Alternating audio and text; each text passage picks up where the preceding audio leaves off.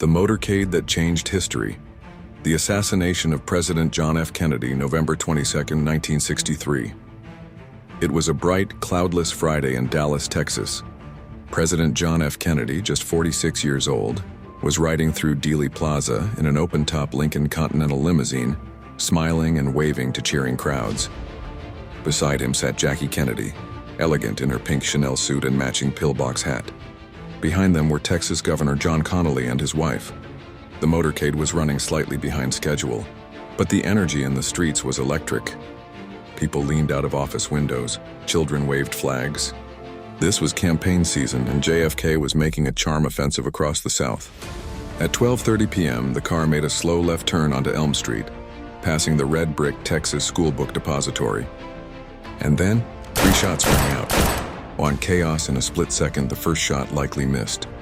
The second struck President Kennedy in the upper back and exited through his throat. He brought his hands up toward his neck. The third shot, the fatal one, struck the president in the head. Governor Connally was also hit, slumping into his seat as his wife screamed. Jackie Kennedy, in shock, climbed onto the trunk of the limo, reaching for a piece of her husband's shattered skull. Secret Service agent Clint Hill rushed to her, pushing her back into the seat. The motorcade sped off to Parkland Memorial Hospital. Mr. Kennedy is dead. Doctors tried everything. But at 1 p.m., President John F. Kennedy was pronounced dead. Just 38 minutes after the shots were fired, the vibrant, youthful hope of Camelot was gone. In the chaos, a suspect was arrested. Lee Harvey Oswald, a former Marine and known defector to the Soviet Union, who worked in the book depository.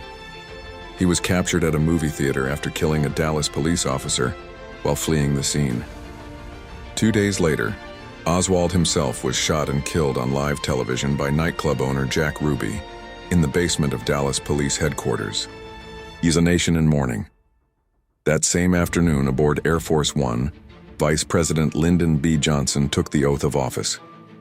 Jackie stood beside him, still in her blood-stained pink suit. She refused to change. She said, "I want them to see what they did." The funeral that followed gripped the nation. Millions watched as Jackie walked behind her husband's casket, her children by her side. John Jr., just 3 years old, gave a famous salute to his father's coffin, an image that still haunts the American psyche. Blur legacy and questions. The Warren Commission concluded that Oswald acted alone. But over the decades, doubts, conspiracy theories, and public skepticism have never fully faded. Questions still linger. Was there a second shooter? Was it part of a larger plot? Did the truth die with